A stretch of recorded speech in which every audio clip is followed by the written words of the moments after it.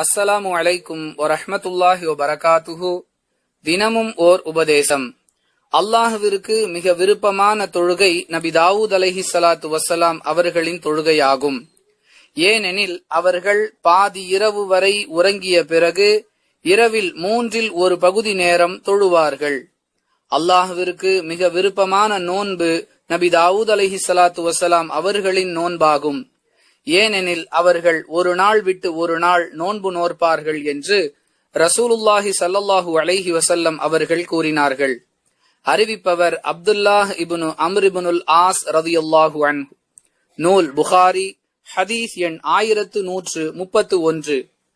அன்பிற்குரிய சகோதர சகோதரிகளே, நபி தாவூத் அலைஹிஸ்ஸலாத்து வஸ்ஸலாம் அவர்களுடைய தொழுகை மற்றும் நோன்பு ஆகியவையே அல்லாஹுவுக்கு விருப்பமானவை என்று இந்த ஹதீஸில் வரக்கூடிய வாசகத்தை வைத்து மற்றவர்களுடைய நோன்பு மற்றும் தொழுகை ஆகியவை அல்லாஹுவின் விருப்பத்திற்குரியவை அன்று என்று தவறாக புரிந்து கொள்ளக்கூடாது.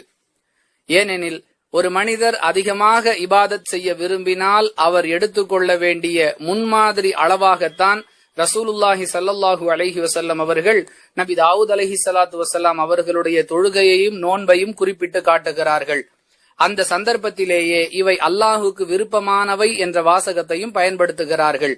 எனவே இவற்றை மட்டும்தான் அல்லாஹ் விரும்புவான், குறைந்த அளவு செய்யக்கூடிய தொழுகையையோ நோன்பையோ அல்லாஹ் விரும்ப மாட்டான் என்று தவறாக புரிந்து கொள்ளாமல் அதிகபட்ச அளவாக இந்த அளவிற்கு ஒரு மனிதர் நோன்பு மற்றும் தொழுகை ஆகியவற்றை நிறைவேற்றலாம். மாறாக ஆண்டு முழுவதும் நோன்பு நோற்பது தடுக்கப்பட்டுள்ளது என்ற கருத்தையும் இந்த உபதேசத்திலிருந்து நாம் அறிந்து கொள்ள வேண்டும்.